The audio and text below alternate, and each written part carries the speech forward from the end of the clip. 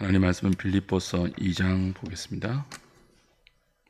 9절부터 11절입니다. 빌립보서 2장 9절부터 11절입니다. 신약 성경 319페이지입니다. 우리 같이 한 목소리로 합독하겠습니다.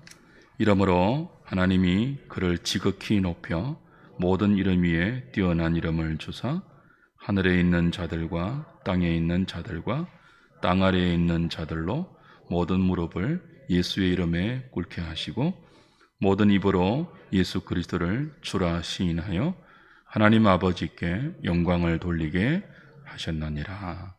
아멘.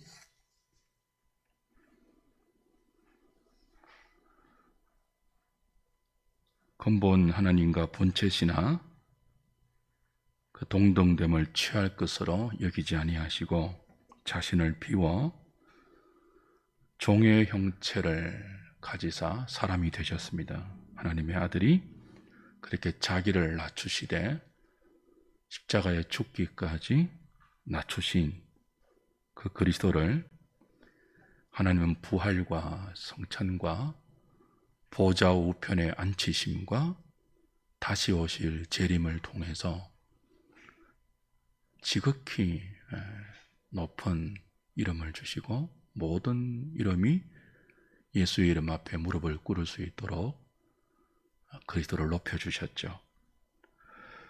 오늘은 이 그리스도의 사역 중에도 높아지심으로 우리를 위한 어떤 사역을 하셨는지를 공부하도록 하겠습니다. 51문부터 56문까지인데요. 이게 구과 안에 들어 있습니다. 여러분 대유리 문답, 지금 우리가 공부하고 있는 대유리 문답이 196문까지 있잖아요. 근데 1과와 2과로 구성이 되어 있습니다.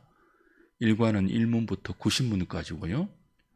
2과는 91문부터 196문까지인데 1과에서는 무엇을 다룹니까? 기억이 나시는지 모르겠는데 사람이 반드시 믿어야 할 것이라는 제목으로 90문까지 구성해 놓았습니다. 그러니까 사람이 반드시 믿어야 할 것이니까 믿음의 내용에 대해서 다루겠죠. 그 1문부터 90문까지를 10과로 나누어서 우리가 반드시 믿어야 할 믿음의 내용을 다루고 있는데요. 첫 번째는 서론을 다룹니다. 인생의 목적과 성경에 대해서 1문부터 5문까지 다루고, 그리고 2과부터 5과까지는 신론에 대해서 다루죠. 하나님의 존재, 하나님의 속성, 하나님의 작정, 하나님의 창조, 하나님의 섭리, 이렇게 해서 삼위 하나님에 대해서 신론에 대해서 2과부터 5과까지 다루고요. 그게 이제 6문부터 20문까지예요. 그리고 6과 7과는 언약을 다룹니다. 행위 언약과 은혜 언약을 다루어서 인간의 죄론을, 그리고 그 죄에 빠진 인간을 구원하는 하나님의 은혜 언약을 소개하고요. 그리고 이제 8과는 이 은혜 언약의 중보자이신 그리스도에 대해서 다룹니다. 그리스도의 직분, 그리스도의 양성, 기독론이 이제 8과 9과를 구성하고 있는데요. 9과가 이제 그리스도의 낮아지심과 높아지심을 그리스도가 우리를 위해서 하신 구원의 사역으로 이제 분류해 놓았죠. 그 죄인을 위한 예수 그리스도의 구원 사역은 낮아지심으로 하셨고 한편으로는 높아지심으로 하셨어요. 그걸 이제 46문부터 56문까지 다루는데 지난번에 46문부터 50문까지 낮아지심에 대해서 배웠고 오늘은요 51문부터 56문까지 그리스도의 높아지심에 대해서 공부할 차례입니다.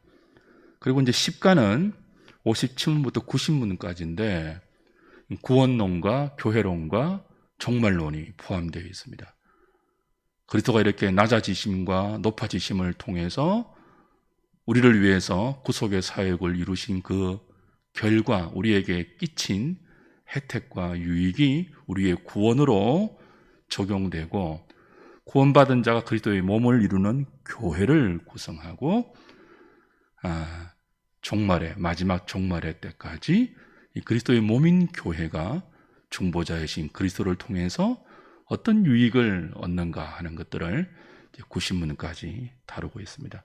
이렇게 대충 큰 그림을 좀 그릴 수 있으면 좋은데 아직까지 여러분 그렇게는 안 되겠죠, 그죠? 그러나 자꾸 제가 반복할 테니까 홈페이지 가면 일과에 우리 대요리 문답 챕터의 일과에 이게 쭉 나와 있습니다. 구성이 쭉 나와 있으니까 시간 되시면 좀 보시면서 전체적인 그림을 이렇게 좀 이해하고 있으면 훨씬 더 좋겠죠? 자, 오늘 51문부터 보겠습니다. 제가 읽을 테니까 함께 답을 해 보시면 좋겠는데요. 거기 미스프린트가 하나 있어요. 답에 우리 유인물에서는 그리스도의 낮아지심이 이렇게 나왔는데 높아지심입니다. 자, 제가 문을 읽겠습니다. 물음을. 51문, 그리스도의 높아지심은 무엇입니까? 그리스도의 높아지심은 그리스도의 부활과 승천, 하나님 아버지의 오른편에 앉으심, 그리고 세상을 심판하기 위해 다시 오시는 것입니다. 그렇죠? 자, 대요리 문답은 중보자의 구원 사역을 낮아지심과 높아지심으로 구별해서 설명하죠. 그 낮아지심은요, 죄인의 대표로 인성을 가지고 하신 사역이에요. 그리스도는 신성과 인성을 동시에 갖고 있는 분이라고 했지 않습니까? 하나님이 사람의 본성을 취하셨는데요, 그 사람의 본성으로 감당하신 구원의 사역이 낮아지심에 해당되어요.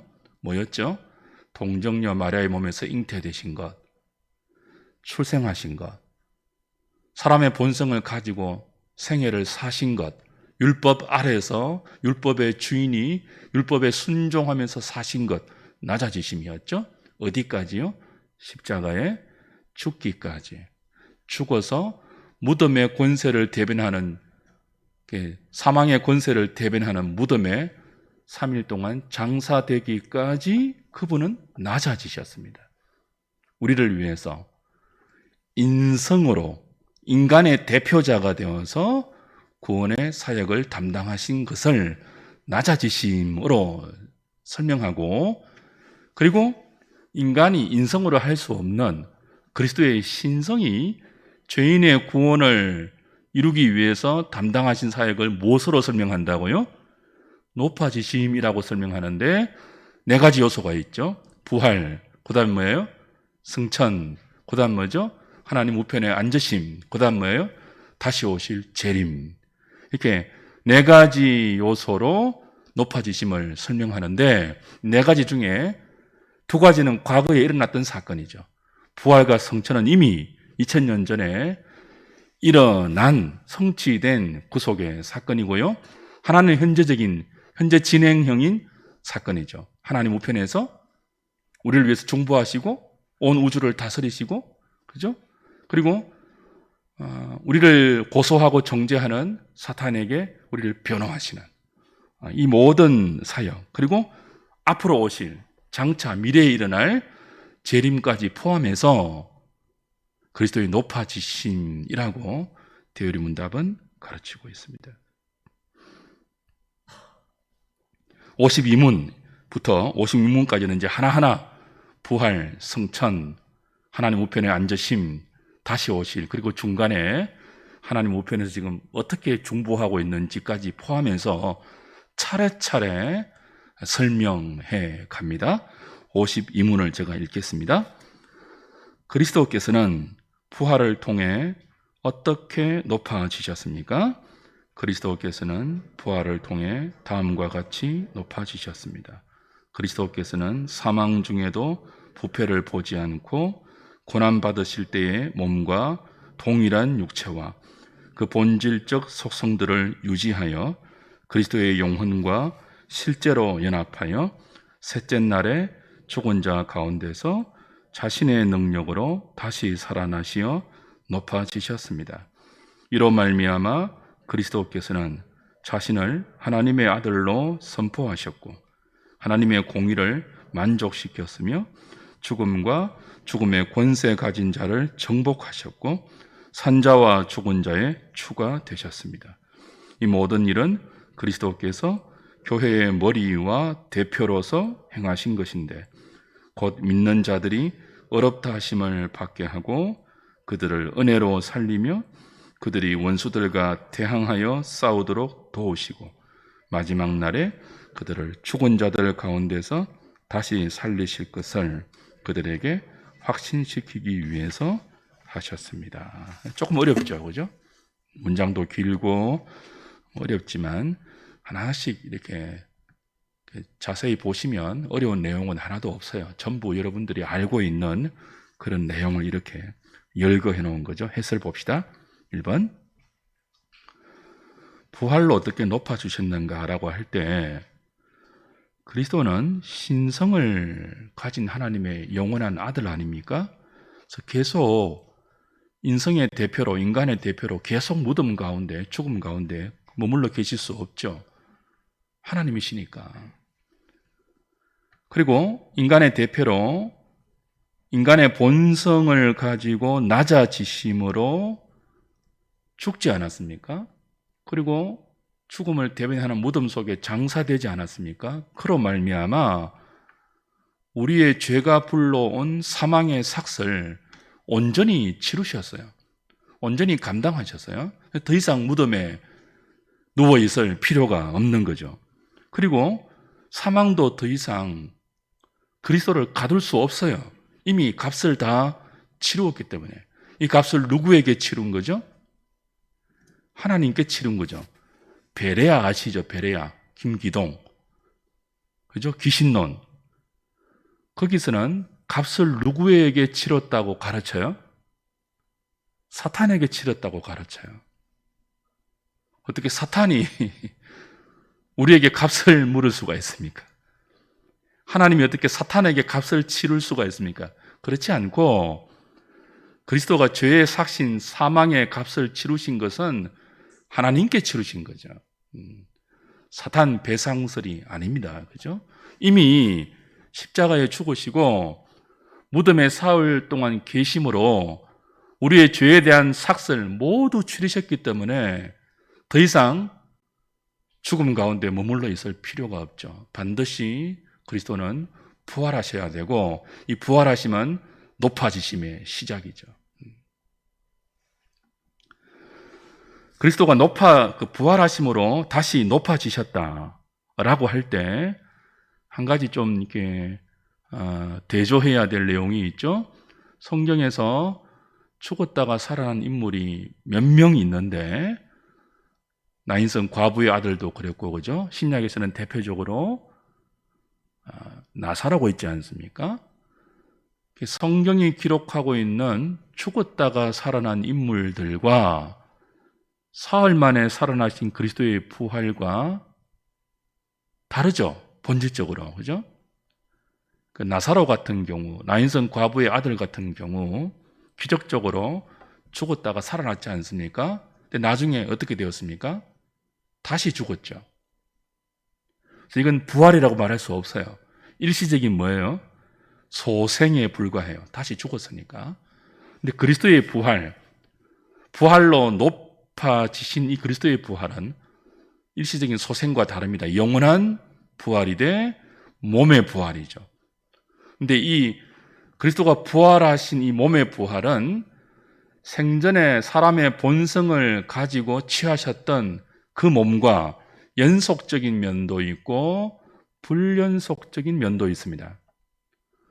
의심 많은 도마가 그리스도의 손과 발에 난 못자국을 눈으로 보지 않으면, 옆구리에 찔린 창자국을 손으로 만지지 않으면 부활하신 주님을 믿지 못하겠다고 했잖아요. 그때 부활하신 주님이 도마 앞에 나타나셔서 손과 발을 내밀면서 만져보아라 했잖아요. 옆구리 내미시면서 만져보아라 했잖아요. 만져보고 믿음 없는 자가 되지 말고 믿으라고 했죠. 그런데 보지 않고 만지지 않고 믿는 자가 더 복되다고 말씀하지 않았습니까?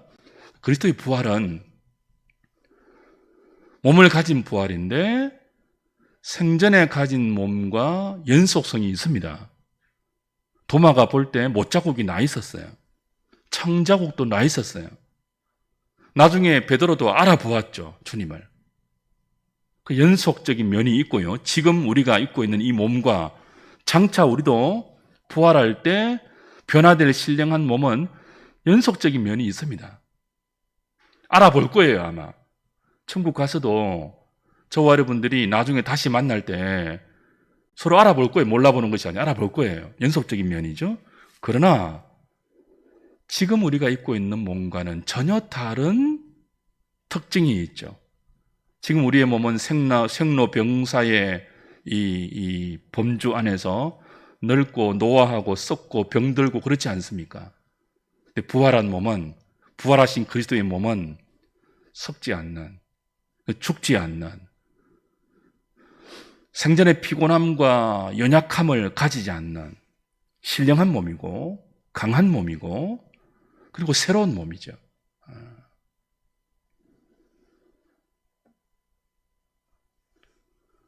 이 그리스도의 부활은 우리의 소망이기도 합니다. 그리스도의 부활은 3번에 나와 있는 것처럼 우리 부활의 첫 열매이기 때문에 그 부활하신 주님처럼 우리도 부활할 거예요. 어떻게 해요? 신령한 몸으로, 썩지 않는 몸으로, 아프지 않는 몸으로, 영광의 몸으로, 강한 몸으로. 우리의 소망이죠. 주님의 부활하심은 누구의 도움을 입어서 한 거 아니죠. 신성, 자신의 하나님의 능력을 가지고 생명의 원천으로서 부활하신 것입니다. 물론 빌립보서 오늘 2장 우리가 읽었던 본문에는 하나님이 그를 살리셨다라고 표현되어 있는데 둘 다 맞죠. 하나님이 살리신 동시에 성자 하나님 자신의 능력으로 죽음을 이기고 부활하셨지 않습니까? 그 누구의 도움도 없이 스스로 신성을 발동해서 하나님의 뜻에 따라서 하나님의 약속대로 장사된 지 사흘 만에 부활하셔서 당신이 스스로 하나님의 아들 되심을 온 우주에 선포하셨고 당신이 낮아지심으로 이루신 죄인들을 위한 대속의 사역이 완전히 성취되었음을 하나님께 받아들여졌음을 하나님의 공의를 자신의 십자가 죽음으로 만족시켰음을 공포했죠. 부활하신 높아지심으로 낮아지심의 모든 사역이 하나님 앞에 만족스러운 완전한 사역임을 인정받고 공포하고 선포했다. 그렇게 요리문답은 가르치고 있습니다. 또한 부활하심으로 원수 사탄의 최대의 무기인 죽음을 정복했고 그 죽음의 무기를 무장해제시킴으로 믿는 모든 주의 백성들이 더 이상 죽음을 두려워하지 않을 수 있도록 사탄이 죽음을 무기로 해서 우리에게 공포심을 조장하지 않습니까? 너 그러면 죽는다라고 하면서 믿음으로 살지 못하게 하지 않습니까? 너 죽으면 어떨래? 그러면서 협박하잖아요. 이게 그리스도의 부활하심으로 더 이상 통하지 않는 협박이 된 거예요. 그죠? 누구나 죽음에 대한 공포를 본질적으로 느낍니다. 그러나 그때 믿음을 발동해야 돼요. 어떤 믿음요? 그리스도가 부활하셨다. 우리도 부활하실 것이고 이 육체의 죽음이 장차 이루어질 육체의 부활을 막기 전에도 영원한 생명으로 들어가는 또 다른 문임을 믿음으로 확신하면서 죽음에 대한 두려움을 극복할 수 있는 유일한 사람들이 예수 믿는 사람들이죠. 여러분 부활의 소망을 가지고 이 땅에 시시각각 우리에게 덮쳐오는 이 죽음의 공포, 죽음에 대한 막연한 두려움 잘 극복하고 승리할 수 있기를 바랍니다. 부활의 소망이 있을 때 이 땅에 우리에게 부여된 믿음의 전투를 담대하게 싸울 수 있습니다. 믿음으로 살다가 죽어도 다시 사니까요. 영원히 사니까요. 그 다음 53문 보겠습니다. 그리스도께서는 성천을 통해서 어떻게 높아지셨습니까? 그리스도께서는 성천을 통해 다음과 같이 높아지셨습니다. 그리스도께서는 부활하신 후 사도들에게 자주 나타나셔서 대화하시며 하나님 나라의 일을 말씀하셨고 그들에게 모든 민족에게 복음을 전할 사명을 주셨습니다. 부활하신 지 40일째 우리의 본성을 지니시고 우리의 머리로서 원수들을 이기신 그리스도께서는 사람들이 보는 가운데 지극히 높은 하늘로 올라가셨습니다. 거기서 그리스도께서는 사람들을 위해 선물을 받으시고 우리가 그것을 사모하게 하시며 우리가 있을 곳을 예비하십니다. 그리스도께서는 지금도 그곳에 계시며 세상 끝날에 다시 오실 때까지 거기 계실 것입니다. 부활로 높아지셨고 그 다음에는 성천을 통해서 높아지셨는데 이 성천을 통해서 높으신 것이 어떻게 우리의 구원과 연결됩니까? 성천하셔서 계속 우리의 구원을 위해서 사역을 하시고 있기 때문에 그래요. 자, 다시 보세요. 그리스도의 낮아지심과 높아지심이 일부 구가였잖아요. 근데 낮아지심과 높아지심을 무엇으로 묶었습니까? 그리스도의 사역으로 묶었습니다. 중보자의 사역으로 묶었습니다. 어떤 사역이죠? 구원의 사역이에요. 그 높아지심으로 우리의 구원을 지금도 이루고 계시거든요. 성천하셔서도 우리의 구원을 위해서 일하고 계신다는 거예요. 성천으로 높아지셔서 이제는 내 할 일 다 했다. 그리고는 하나님으로서의 영광만 받으시고 그 영광만 누리고 있는 것이 아니라 성천하심으로 높아지신 그리스도는 여전히 이 땅에 남아있는 자기 백성의 구원을 위해서 선지자로, 제사장으로, 왕으로 사역하고 있다는 거예요. 해설 1번 보십시오.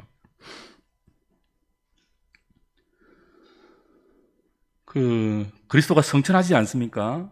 부활하셔서 40일 동안 이 땅에 계시다가 많은 사람들이 보는 앞에서 육신을 입고 성천하셨거든요. 구름을 타고. 근데 육신을 입고 성천하셨으니까 인성을 함께 가지고 성천하신 거잖아요. 왜 그랬을까요? 인성을 비우고 다시 하나님의 고향이죠. 성부 하나님께로 올라가실 때는 성자 예수님으로만 올라가도 되잖아요. 인성을 버리고. 인성으로 다 했으니까 사역을. 그러나 그렇지 않아요. 여전히 몸을 가지고 부활한 신령한 몸을 가지고 성천하셨거든요. 왜 그랬을까요? 거기서도 우리의 대표로 우리를 위해서 우리의 연약함을 동정하시면서 기도하기 위해서요. 여전히 거기서도 뭐예요? 우리의 대표로 하나님 우편에 계신 거죠.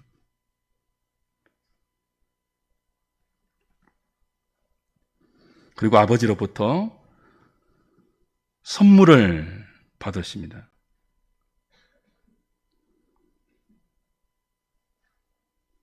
교회를 위해서 선물을 받으시죠. 그 선물이 뭐냐 하면 요리문답은 나중에 나오는데요. 성령과 직분자라고 그렇게 설명을 해요. 에베소서 4장 11절 이하에 친히 그가 교회에 직분을 주시지 않습니까? 그러니까 교회의 직분은요, 그리스도의 삼중직을 대변하는 것이라고 배웠죠? 중보자의 직분할 때, 그죠? 근데 이게 뭐예요? 선물이라는 거예요, 선물. 교회에 그리스도가 주신 가장 귀한 선물 가운데 하나가 뭐라고요? 직분이에요, 직분. 사탄이 얼마나 강교한가 하면 하나님이 주신 가장 귀한 선물들을 언제나 타락시키거든요. 교회를 무너뜨리는데 가장 좋은 방법이 직분을 타락시키는 거예요. 성직을 매매하는 거예요. 그런 의미에서 한국교회가 임직자를 세울 때 목적을 가지고 세우는 것은 교회 타락의 첫 번째 스텝입니다. 교회를 건축할 때, 교회 돈이 필요할 때, 직분자 선거를 하고, 직분자들이 교회 헌금하게 만드는, 이거 완전 성직 매매잖아요. 근데 거기에 익숙해 있어서 별로 문제를 못 느끼는데요. 큰 문제예요, 이게. 직분은 선물이잖아요, 선물. 성천하신 그리스도가 아버지께 받은, 우리들을 위해서 받은 선물이란 말이에요. 그 선물을 타락시키면 교회는 가장 빨리 부패해질 수 있습니다.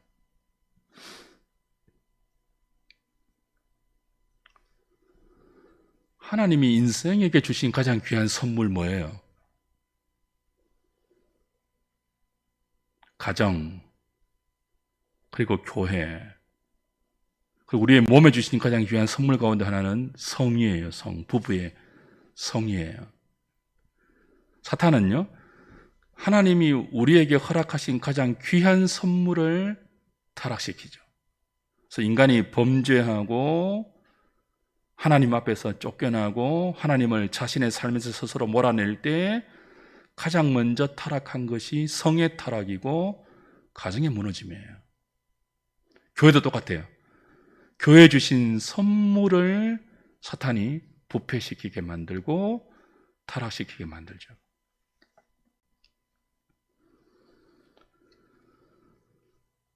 해설 1번 중간에 보시면 성천하신 그리스도는 여전히 우리의 대표로 하나님 앞에 중보하고 계시며 교회의 직분자와 성령을 선물로 받아서 주셨습니다. 이렇게 되어 있죠. 주님은 성천하셔서 장차 우리가 거할 새하늘과 새 땅을 준비하고 계십니다. 내 아버지 집에 내가 먼저 가서 너희들의 처소를 내가 준비할게 그랬잖아요. 제자들에게. 우리의 처소를 성천하신 주님이 예비하고 계십니다. 준비하고 계십니다. 그러니까 지금 우리가 이 땅에 살 때는요, 노후에 뭐 집도 있어야 되고 여러 가지 노후 대책 하잖아요. 그죠? 우리가. 근데 천국에는요, 그 대책을 누가 다 해주고 계신다고요? 부활 성천하신 주님이 다 해주고 계세요. 그러니까 여러분 사후 걱정은 하지 않으셔도 돼요. 연약하니까 노후 걱정은 되겠지만 그 노후 잠시잖아요. 그죠? 근데 사후에는요, 우리가 거쳐야 할 영원한 맨션을 부활 성천하신 주님이 손수 준비하고 계십니다. 가장 적당하게, 가장 어울리게. 멋있지 않습니까? 기대되지 않습니까? 거기 부동산 투기도 없고요, 천국은. 아파트 평수 따지지도 않고요. 그 누가 더 넓은 집에 살고 이런 것으로 시기 질투도 없고요. 상급이 다 달라도 분노와 질투가 일어나지 않는 그 정당한 하나님의 상주심에 대해서 모두가 찬송만 있을 뿐인, 불평과 원망은 한 방울도 없는 완전한 생명에 충만한 나라, 그 천국에 우리가 있을 곳을 준비하고 계십니다. 그분이. 흥분되지 않습니까? 기대되지 않습니까? 빨리 가보고 싶지 않습니까? 내 집은 어떤 곳일까? 저는 그런 소망이 있어요. 거기 가면 음악도 좀 잘하게 될 것 같고, 작곡도 막 형상, 그 회복된 형상으로, 회복된 지능으로, 그죠? 그 온갖 음악을 막 다 연주할 수 있고, 모든 악기를 다 연주할 수 있고, 그 연주로 하나님께 영광을 돌리고, 여기서 해보지 못한 이 스포츠, 저는 천국에도 뭐 운동 있을 거라고 생각해요. 제 개인적으로. 전에 한번 그랬죠. 저는 수영 못하는데 수영 마음대로 할 수 있고, 피겨스케이팅 막 이렇게 우리 김향미 사모 자매 막 공중에 돌리면서 막 피겨스케이팅 하고 막 그죠? 그런 거. 수영도 싱크로나이저 뭐 이런 거 다 해보고 막. 이 땅과 다른 그 나라 소망스럽지 않습니까, 여러분? 근데 마귀는요, 이 땅에 우리의 모든 소망을 다 가지게 만들어요. 천국은 소설로 생각해요. 소설로. 상상 속의 이야기로 간주하게 만들고 이 땅에 올인하게 만들어요. 왜 교회가 힘이 없는 줄 압니까? 이 땅에 모든 소망을 두고 있어서 그래요. 이 땅에 전부 성도들이 올인을 하고 있습니다. 이 땅에 올인하면서 주님을 불러요. 근데 성천하신 예수님은 성령을 우리에게 선물로 주시고 교회의 직분자를 선물로 주셔서 끊임없이 진리로 가르치며 우리가 있을 곳을 예비하시면서 그곳에 대한 소망을 불러일으키십니다. 지금 주님이 부활성취한 주님이 그 사역을 하고 계세요. 높아지심의 큰 사역이죠. 그냥 하나님 성천하셔가지고 그냥 지금까지 수고했으니까 편히 쉬자 하고 팔짱 끼고 계시지 않고요. 끊임없이 이 땅에 올인하고 있는 우리를 흔들어 깨우면서 무엇을 통해서요? 교회 주신 선물을 통해서 흔들어 깨우면서 주님이 계신 그곳을 우리가 사모할 수 있도록 역사하고 계시죠. 사역하고 계시죠. 교회가 이 사역 안 하면요, 안 돼요. 교회 와서 예배 드리고 하면 천국의 소망을 가져야 될 것 아닙니까? 그죠? 여러분 그러고 계십니까?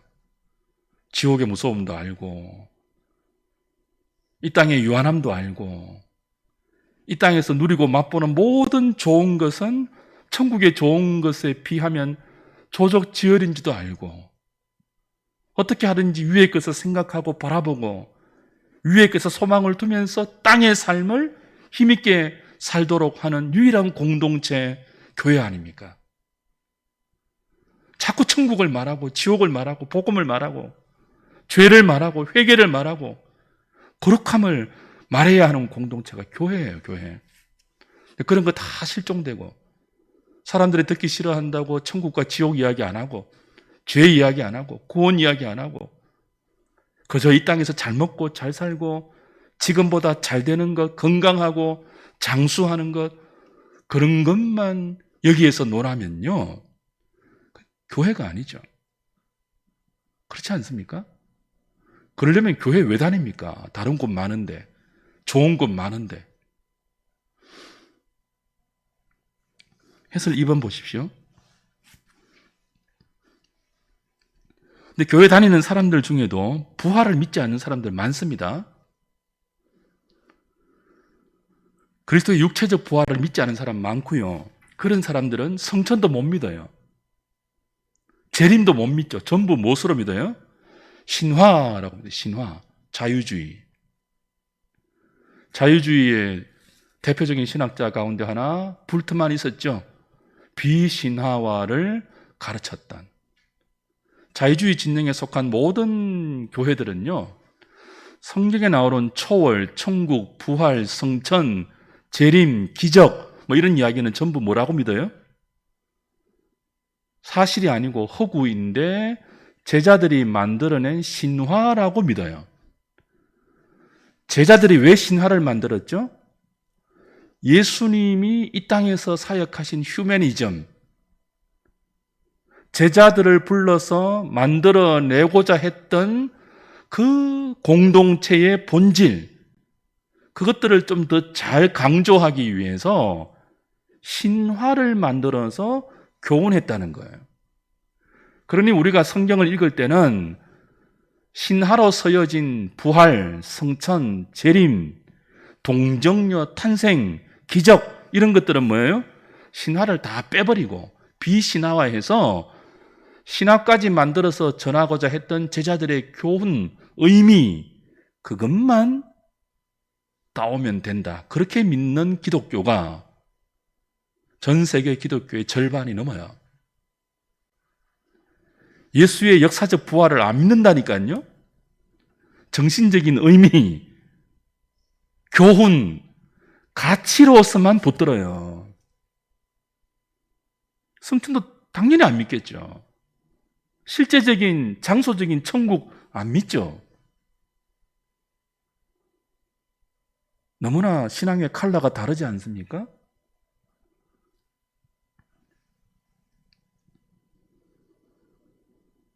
우리가 가는 천국은 지금 주님이 몸을 입고 가 계신 그 천국이에요. 성천하신 그 천국이에요. 이 천국은 영적인 장소가 아니에요. 실제 하는 장소이죠. 거기서 새 하늘과 새 땅을 준비하고 계십니다.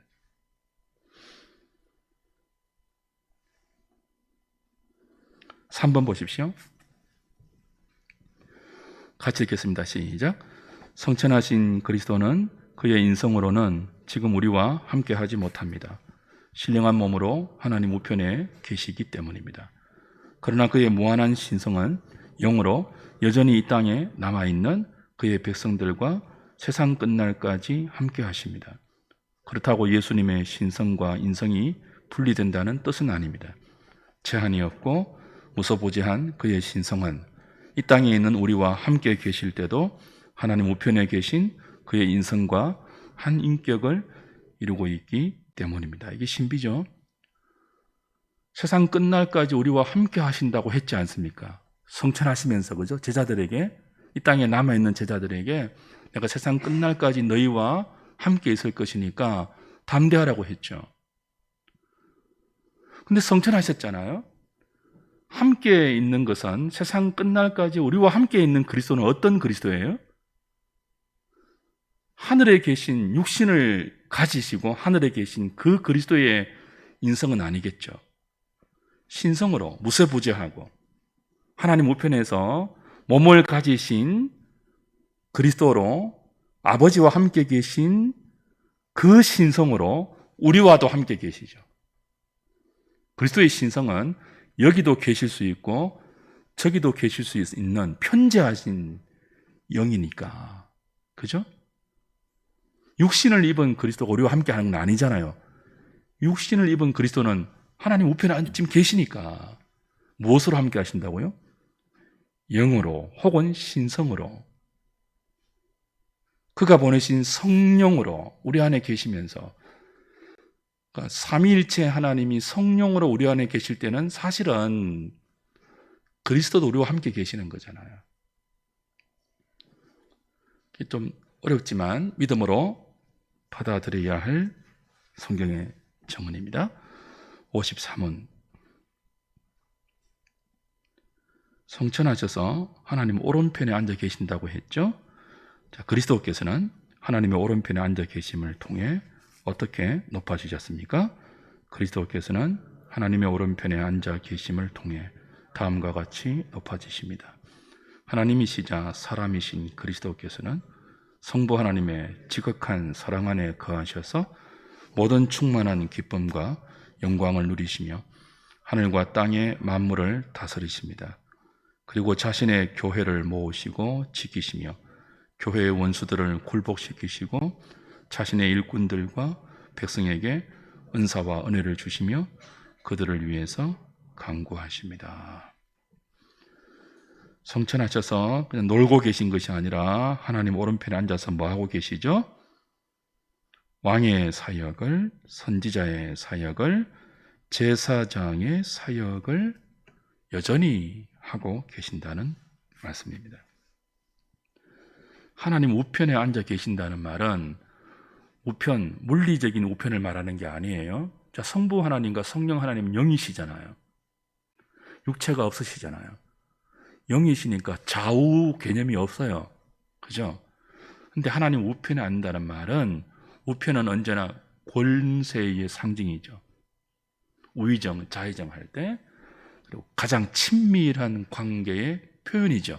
그러니까 성천하신 그리스도는 하나님 우편에, 이 말은 뭐예요? 하나님과 가장 가까이, 가장 친밀하게 하나님이 부여하신, 허락하신 우주의 통치권을 가지고 오늘도 그 교회와 그의 백성들과 세상과 역사를 다스리고 있다는 뜻이죠. 지극한 하나님의 사랑 안에 거하면서 충만한 기쁨과 영광을 누리시며 만물을 다스리고 있고 교회를 통치하고 계시며 원수들을 굴복시키고 저와 여러분에게 은혜와 은사를 주시며 우리를 위해서 여전히 강구하시는 제사장과 선지자와 왕의 사역을 감당하고 계십니다. 55문 읽겠습니다. 그리스도는 우리를 위해서 어떻게 간구하십니까?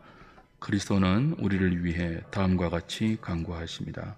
그리스도는 지상에서 이루신 자신의 순종과 희생의 공로로서 하늘에 계신 성부 앞에 우리의 본성을 지니신 모습으로 끊임없이 나아가사 그 순종과 희생의 공로가 모든 신자에게 적용되도록 자신의 뜻을 언명하십니다. 또 그들에 대한 모든 고발에 답변하시고 날마다 넘어짐에도 불구하고 양심의 평안을 갖게 하셔서 은혜의 보좌 앞으로 담대히 나아가게 하며 그들 자신과 그들의 봉사가 받아들여지게 하십니다. 우리를 위해서 중보하시는데 대제사장의 사역을 하고 계시는데 무엇을 근거로 하시죠? 낮아지셔서 우리 대신하여 이루신 희생과 순종을 근거로 내세우면서 아버지께 하나님, 내가 저들을 위해서 죽었습니다. 내가 저들의 죄를 다 담당했습니다. 그러니 저들을 불쌍히 보시고 저들에게 은혜를 주시고 생명을 잘라고 자신의 순종과 희생을 근거로 해서 아버지께 중보하고 있다는 거예요. 얼마나 큰 은혜입니까? 그 그리스도의 중보로 말미암아 하나님 우편에서 중보하고 있는 이 중보 사역으로 말미암아 오늘 우리들의 뭐예요? 이 부족한 헌신, 부족한 사랑, 부족한 예배, 흠 많은 기도가 하나님께 상달이 되는 거예요. 우리가 예배를 잘 드려서 영광을 받는 게 아니고 우리의 예배에 얼마나 흠이 많습니까? 예배하는 순간, 기도하는 순간에도 우리의 생각에는 얼마나 잡다한 오물들이 많이 끼입니까? 그렇잖아요. 그것만 가지고는 절대로 하나님께서 응답을 주실 수 없고 영광을 받을 수가 없는데 무엇을 근거로요? 성천하여 우편에 계신 그리스도의 중보로 말미암아 무엇을 근거로 한 중보이죠? 낮아지셨을 때 우리 대신 희생하고 죽으시고 순종하신 그 그리스도의 중보로 말미암아 우리의 부족한 기도와 부족한 예배와 부족한 헌신과 부족한 봉사가 하나님 앞에 받아들여지고 영광이 돌려지게 한다는 거예요. 그러니 여기에 우리의 그 무엇도 자랑으로 등장할 수 없죠. 우리 교회는 예배를 잘 드린다. 나는 기도를 하나님께 받지 않으면 안 될 만큼 멋있게 하고 열심히 하고 간절히 한다. 그 전부 은혜를 몰라서 그래요. 하나님께 우리 자신이 받아들여지는 것, 우리 공동체가 수납되는 것은 전부 무엇에 기인하죠? 그리스도의 순종에 기인해요. 그래서 예수의 이름으로 나가는 거죠. 그래서 살든지 죽든지 그리스도만 붙드는 거죠. 우리가 뭘 이쁘겠습니까? 그리스도로 옷 입혀졌으니까 이쁘게 보이는 거죠. 그걸 보좌 우편에서 지금도 그리스도가 하고 있다는 거죠. 우리를 위해서. 감사할 뿐입니다. 자주 넘어지는 우리의 연약함보다 더 큰 은혜로 우리를 붙드시고 양심의 평안함을 주시고 허물 많음에도 불구하고 은혜의 보좌 앞에 담대히 나가게 하시고 때를 따라 돕는 은총을 누릴 수 있는 근거도 누구 때문이에요? 그리스도 때문이에요. 성천하여 우편에서 우리를 위해서 중보하고 계시는 그 그리스도의 중보 사역 때문에 우리가 때를 따라 돕는 은총을 오늘도 아버지께 얻을 수 있는 것입니다. 56문 보겠습니다. 그리스도는 세상을 심판하러 다시 오실 때 어떻게 높아지십니까? 그리스도는 세상을 심판하러 다시 오실 때 다음과 같이 높아지십니다. 악한 자들에 의해 불의하게 재판을 받으시고 정죄를 당하신 그리스도는 마지막 날에 큰 권능을 가지고 다시 오실 것인데 자기 자신과 아버지의 영광을 충만하게 나타내시면서 모든 거룩한 천사들, 큰 외침, 천사장의 소리, 그리고 하나님의 나팔 소리와 함께 오사 세상을 의로 심판하실 것입니다. 앞으로 높아지실 미래적인 그리스도의 높아지심이죠. 이때 우리의 구원이 완전하게 완성됩니다. 우리가 오늘 예배 시간에 나팔 불 때 그 찬송 불렀지 않습니까? 하나님의 나팔 소리, 천지 진동할 때 예수 영광 중에 구름 타고 다시 오셔서 그 순간이 빨리 오면 좋지 않겠습니까? 이 불의한 세상, 날마다 어려운 심령이 상하는 우리의 현세, 내버려 둠으로 진노하기 때문에 사람들이 교만할 대로 교만해서 하나님 없는 것처럼 자신들이 하나님 노릇하고 악이 얼을 짓누르고 있는 이 질식할 것 같은 이 세상에 나팔 불며 다시 오시는 주님이 오실 때 모든 우리의 억울함과 답답함과 그 눈물이 다 씻겨나가고 큰 소리 치던 악당들이 주님의 철장의 권세 앞에 벌벌 떨고 무릎을 꿇을 때 기다리던 우리의 승리가 우리의 실제로 영광 가운데 누려지는 그날 소망스럽지 않습니까? 그리스도의 미래적인 높아지심입니다. 다시 처음 오실 때는요, 그 권능을 다 감추고 왔잖아요. 구원을 위해서. 보기는 보아도 듣기는 들어도 그리스도인 줄 모르게 오셨잖아요.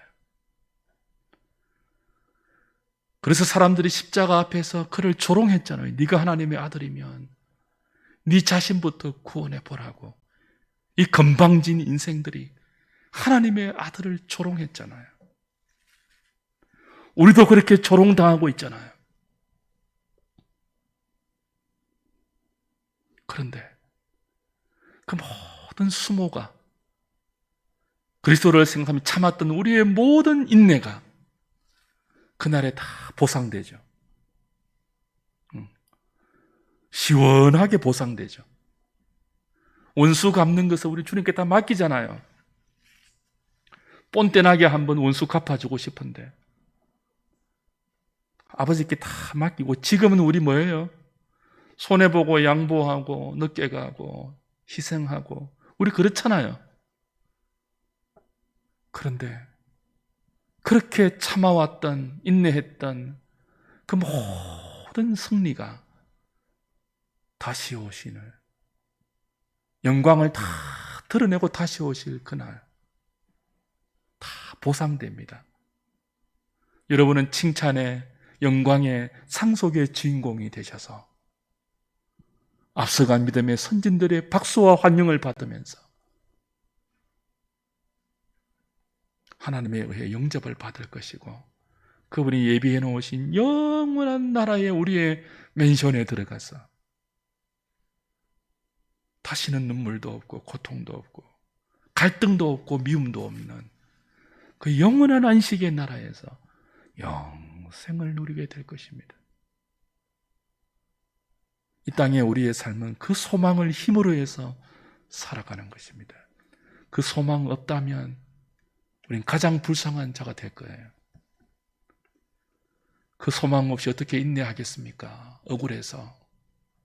그죠? 이거 하나 기억하셔야 됩니다. 그리스도의 높아지심은 우리의 높아지심을 예고편이거든요. 주님이 높아지신 것처럼 우리도 높여주실 것입니다.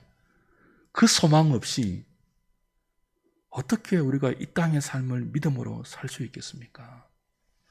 바울이 부활장인 고린도전서 15장에서 뭐라고 했습니까? 만약 부활이 없다면, 우리가 이 생뿐이라면 가장 불쌍한 자가 예수 믿는 자라고 했지 않습니까? 무엇을 말하는가 하면요, 예수 믿는 자들은요, 세상이 볼 때 불쌍하게 보여야 돼요. 그렇지 않습니까? 가장 불쌍한 자니라. 우리는 불쌍하게 안 보이려고 뻔뻔하게 믿으려고 해요. 예수 믿고 부자도 되고 힘도 가지고 지위도 가지고 아무도 나를 깔보지 못하고 무시하지 못하고 그런 힘과 자기 정명과 자기 자랑을 가지고 예수 믿으려고 하기 때문에 자기 부인이 힘들지 않습니까? 언제 자기 부인이 가능합니까? 그리스도의 높아지심이 우리의 높아지심의 예표가 됨을 믿고 주님 다시 오실 때 우리도 그렇게 높여주심을 소망하고 기다리면서 이 땅을 인내하고 기도하면서 살아가는 사람들, 잠시 사는 세상 조금 힘들어도 그 힘듦을 소망 가운데 기다리면 우리가 모르는 향기가 우리의 일거수일투족을 통해서 세상 가운데 퍼져갑니다. 사랑하는 여러분, 악취를 날리겠습니까? 향기를 날리겠습니까?